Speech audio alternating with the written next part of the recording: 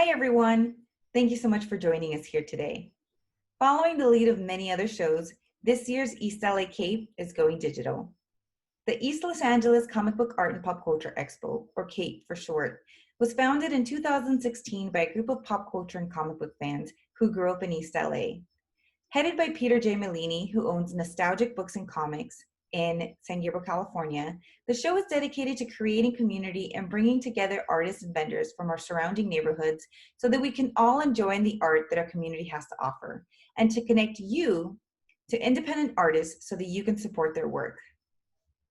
This is our 8th episode of our Virtual Artist Alley, where we will be highlighting our community of artists and vendors. Alan Carter is an independent comic creator and the sole creator of the titles Damn Tourist and Cosmic Force. Alan was born and raised in Honolulu, Hawaii, and has been living in Los Angeles, California since 2005.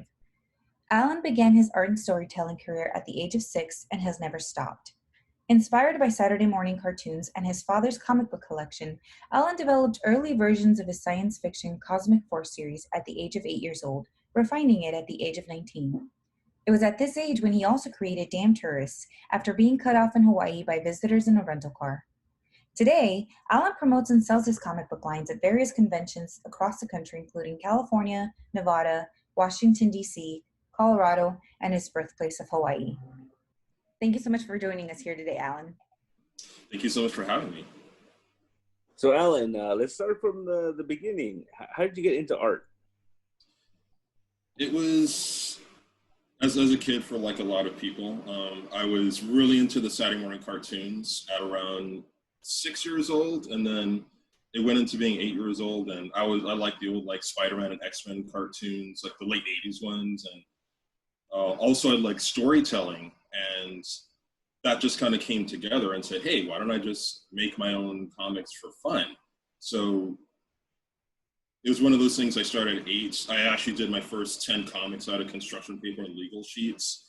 And I just never stopped. I just evolved it as I got older. So by middle school, I went to like typing paper. And then my high school, I was actually, coloring them, but it was all hand drawn because this is long before Photoshop. And then into college, I was able to get digital software, and moving into, and of course, growing up in Hawaii, there weren't a lot of avenues in terms of comic art. So going to California, that was even better for me because I got into the conventions and everything just sort of snowballed. And also it was my father's comic collection as well as the cartoon. So it was all those things that kind of came together to say, hey, this is just something I would love to do. And I never thought it would be something that as a kid I could make money off of. It was just, it's just something fun. And people had to kind of tell me like, hey, there's jobs like this. I'm like, oh, cool, that's even better. I mean, I still would have done it because I love it, but hey, that's even better for me. So that's how it started, and it just kept on going to what I'm doing today, still doing it. How did you go from Hawaii to California? Tell me that story. A lot of it was family. My sister moved when I was around 19, when I was still in Hawaii, and she kind of brought me in.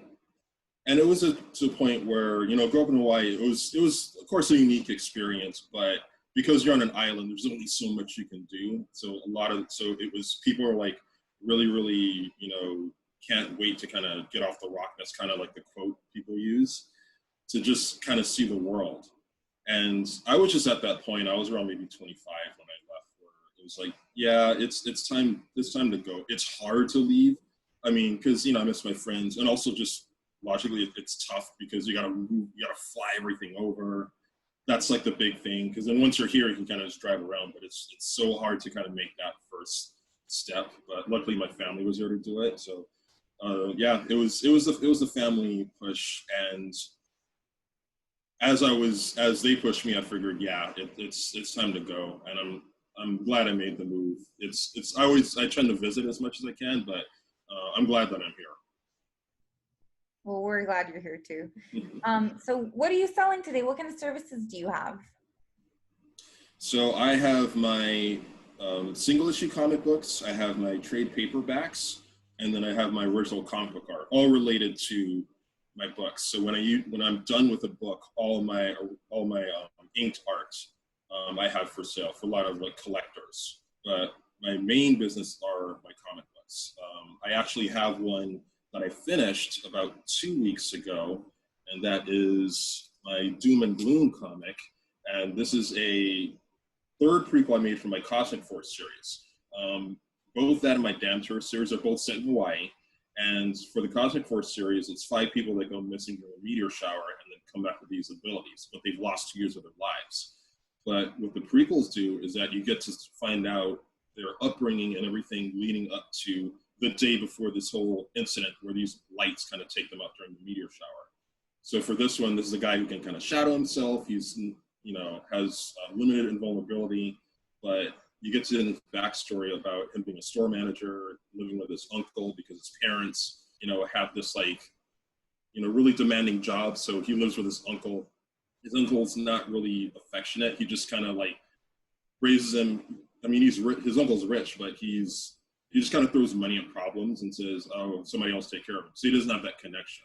So it kind of affects how he grows up. He's really like kind of distant towards people. He ends up getting a job at his uncle's store and everything, and that all leads into the meteor shower. So, and they're all 12 pages, and they all kind of like go the same flow. It's the first 6 are the upbringing, the last 6 are like what happens. So you get to know the characters a little bit more because there's so little time to develop 5 characters in the parent series. So, and that's pretty much what I've been working on. And I got the first print that came in last week, and I really like how it turned out. And I also have it, I'm going to set up digitally as well, because I have a digital store. Cool. And I know you also have a book called, was it The Tourist? Damn Tourist, which was my second series. And now it's like the last 4 or 5 years, it's become my main series. Because it was a situation where the Cosmic Force was something I liked because I like superheroes. And I wanted that to be the parent series. And, people who like superheroes were into it, but people who weren't just kind of weren't. And I had already created the Damn Tourist before, but I thought, that's just something fun for me. But then I thought, well, I have this, I might as well use it. So I printed out a sample at a show and thought, oh, I wonder if people like it. And then, of course, because I had all these issues of Cosmic Force and one copy of Damn Tourist, people were like, hey, what's that? Like, oh, this is just something I made for fun. Oh, that's awesome. You have more of these? Oh, not really, but I can make some more now. So it was one of those things where you just never know what's going to hit. And, I like doing both, but it's one of the, it's always the one that you're not thinking about where it's like, no, make more of these. I'm like, oh, okay, I can totally pivot. I just didn't know. So you and I are in the same groups on Facebook and social media, especially when it comes to like conventions and stuff. And you do a lot of shows. What is it like right now not being able to do like a physical show? It's so heartbreaking because more so than the sales, because most of my sales are at conventions. Because my age group, like they tend to like getting the physical books, and they like getting them signed and like meeting the artist. So I love that part of it.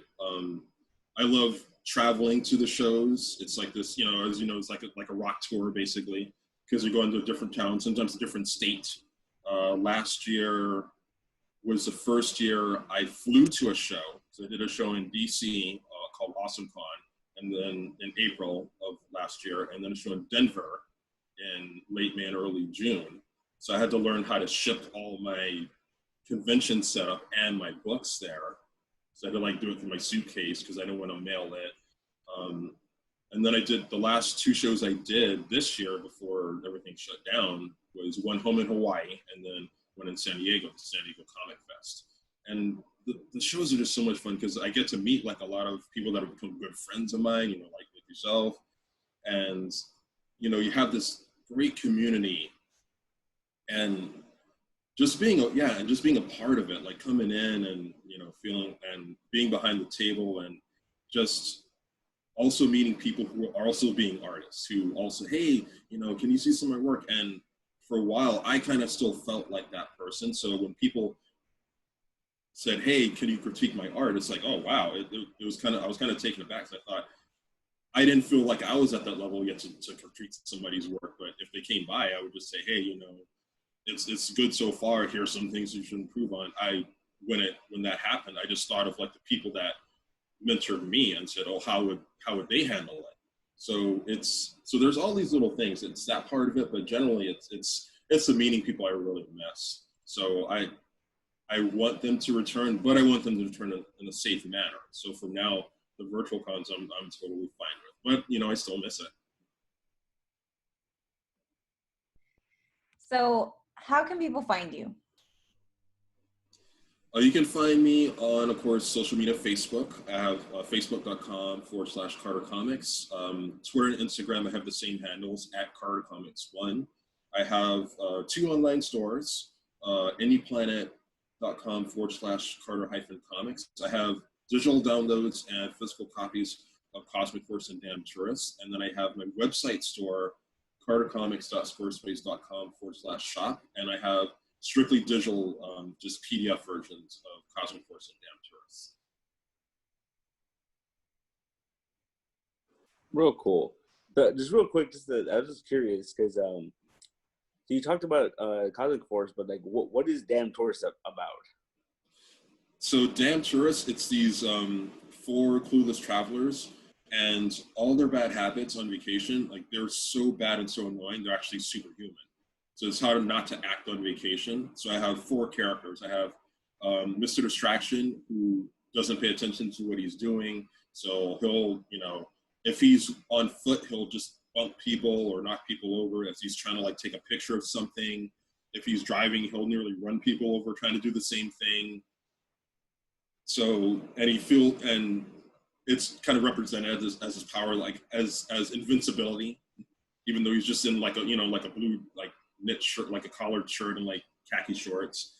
There's Mr. Aloha. He has like this, like literally like a loud Aloha shirt. It's like this yellow shirt with like these orange like flower petals, and people can't get within like a couple feet of him without holding their ears, and it's so annoying. It's like, oh, turn down the loud shirt, and he's walking around like people like really like his shirt. He's not even paying attention. He's not noticing how people are really reacting to him. That kind of goes for all 4 of them. There's Misinformed, who gets all the facts about a place wrong where she's traveling at. So she goes to Hawaii, she thinks everyone lives in a hut. She goes to LA, she thinks everyone's an actor. So she's always into these misconceptions. And she also, as she talks, she can like not just annoy people and give them headaches, but put them to sleep. Because she just talks like for hours and hours. And then there's Mr. Postcard, the resident photographer, takes horrible photos and blinds people with his camera flash. And all of them react kind of the same to everyone else. Every time people are upset at them, they turn into something positive. And they always find some way to get kicked out of where they're visiting. So far, they've been to Hawaii twice for the first 2 issues, LA for the 3rd issue, Vegas for the 4th issue. I just finished the 5th issue earlier this year where they're in Florida. And then the 6th issue, they're on their way to DC. How did you get the idea for that? That sounds really clever. Yeah, that one definitely came from growing up in Hawaii. It was all those times where my parents were teachers, and we happened to live on the side of, we lived on the island of Oahu, so we're in the west side. That's known for having some of like secretly the best beaches. So you get a lot of tour groups that would come there and people that would kind of come on their own and just stay at some of the hotels. So, and they didn't realize that, or not thinking that people actually lived there and worked there. So we're living in the same areas and complexes, and my dad's, driving to work, he's driving me to school, and there's a guy, he's going really slow, and you could see people like pointing out the window like, oh geez, they're visiting.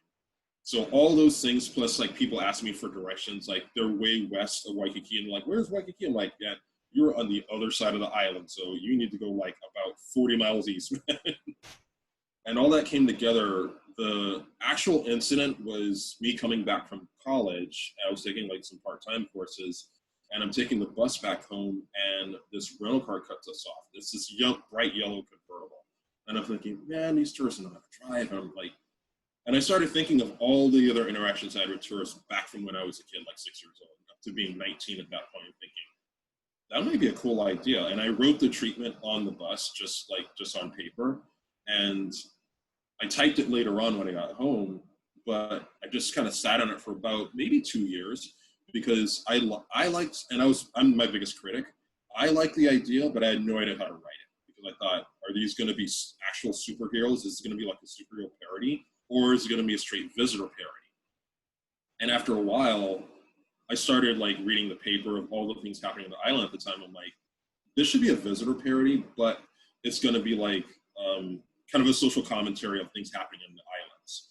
So the first issue was the tourists getting caught in this traffic jam into our hometown, which has one road in and one road out. But at the same time, they're getting to all these like tourist shenanigans. So that's kind of how it started. But then when I moved here, and somebody saw it, they're like, oh, you should just take them to different places. And I thought, yeah, that would be kind of cool. So then it was more of those characters driving the story rather than the story driving the characters. So it started in Hawaii, but as a different type of approach. And then it kind of evolved once I moved to LA. Yeah, I'm sure LA has a similar phenomenon. Like growing up in LA, you come across so many people that are so enthralled with LA and Hollywood, and you're like, it's okay. It's kind of okay. Yeah, and everybody has their own stories. Like when I'm at conventions, I did like one in San Francisco, one in DC, one in Denver, and they would see the book and say, yeah, that's how that's what I think, when I see visitors, or yeah, or they'll just tell me the story about this tourist they encountered and all that. And at the same time, they'll say like, hey, but I try not to act like that because I see people visiting my town acting like that. Yeah, I think Hollywood, the biggest surprise that people, I don't know, and it's hard for me to comprehend what it's like to visit LA because I'm from LA. So like to me, it's just going home. But I imagine, to me, it's also interesting listening to everyone's idea of what LA is, and I imagine it's the same with Hawaii, where people show up and they think it's going to be like a whatever their idea of a moving postcard is going to be, and then they actually get there. And I'm pretty sure that people try to reproduce that, right? So like when people go to LA, they never go to like where we're from necessarily. They'll just stick to like the Strip, or they'll stick to like Santa Monica, and that's not even really representative of like all of the dynamic things that LA really has to offer, right? Yeah, because Hawaii is just because I was born and raised there. That's how it's just home for me. So it took me a while to figure out. Oh, this is a tourist destination people are going to. It was like, well, let's see all these new people. Like, oh, okay, so it's like a vacation spot. But yeah, it's the same deal. Like people come in, and people know Waikiki, Pearl Harbor, North Shore. That's pretty much what they know from Hawaii. They don't really know anything else. There's some, you have pockets of people going to other areas, but those three areas are the most popular. I always just tell people like, yeah, there's some spots. There's a spot on the northeastern side called the Windward side, and it's really green and rainy. There's waterfalls. That's a place you should go to. I recommend it. Like even living there, I loved going to that side of the island because it's cool and rainy. It was always beautiful. That part never got old.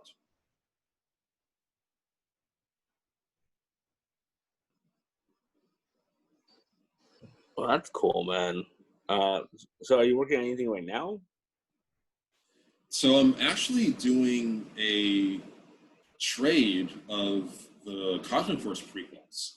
So what I'm doing first, and it's actually like 3 different projects. So as I'm trying to finish the prequels, because I have 3 out of 5 done. I have to do 2 more. So I did like some of the early prep work, like some of the cover designs for them. And then I'm also like saying, oh, once the prequels are done, I'm going to put them together. So I need a design for the prequel trade. So I did like 2 back covers, 2 front, inside back covers, and it's of like their amusement park hideout. So that's what I've been posting on social media the most. I'm trying to get those done. I'm working on issue 6 of Damn Tourist. Like I have the first page done, and then I just have to keep going with the script. And then the other thing I'm trying to do is to replace the conventions. I'm trying to do a lot of time lapse work. So that's why I've been posting a lot of that, because I finally have like a camera holder I can attach to my desk. So I don't have to hold the phone while I'm doing it.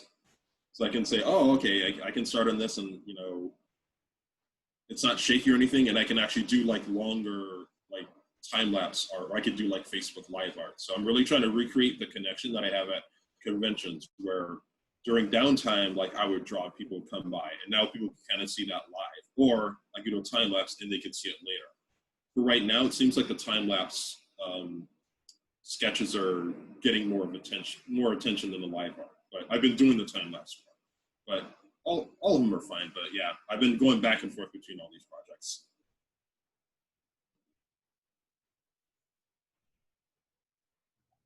There's that time lag again. So this is the question that we've been asking everybody. How has the pandemic affected you? How have you been doing? How has it affected your art, your creativity, your productivity, or lack thereof? It's along with the projects I have been working on that luckily haven't stopped for me. I think it's still thinking about the shows that I did. I think yeah, a lot of it is just how the year started, and just saying like, oh wow, like I was only able to do 4 conventions until it stopped. And even though like we're trying to transition into a new way of doing conventions, so they're still around, it kind of goes back to kind of missing how things were. My work schedule, it's actually about the same, if not a little bit more, because I have this in my day job. And luckily, my day job I can work from home. And then for this one, obviously, I've been doing work at home, but also doing like Zoom interviews like these. And of course, Zoom has been a lifesaver for so many people, and for me, it's been for both my comic work and my day job. So it's weird. It hasn't changed in terms of workload. In fact, it might be a little bit busier, but then it goes back to just kind of missing just the interaction of shows and just saying, oh wow, remember, because now January through March, which is when I did my first shows, that feels like it was last year at this point, and it's been June. Seriously. Well, Alan, thank you so much for joining us today. We really appreciate you taking the time. And I will be putting all of your contact information immediately after the interview so that people can take screenshots and so that everyone can go and buy your stuff. Thank you very much. Thanks, man. Have a good one.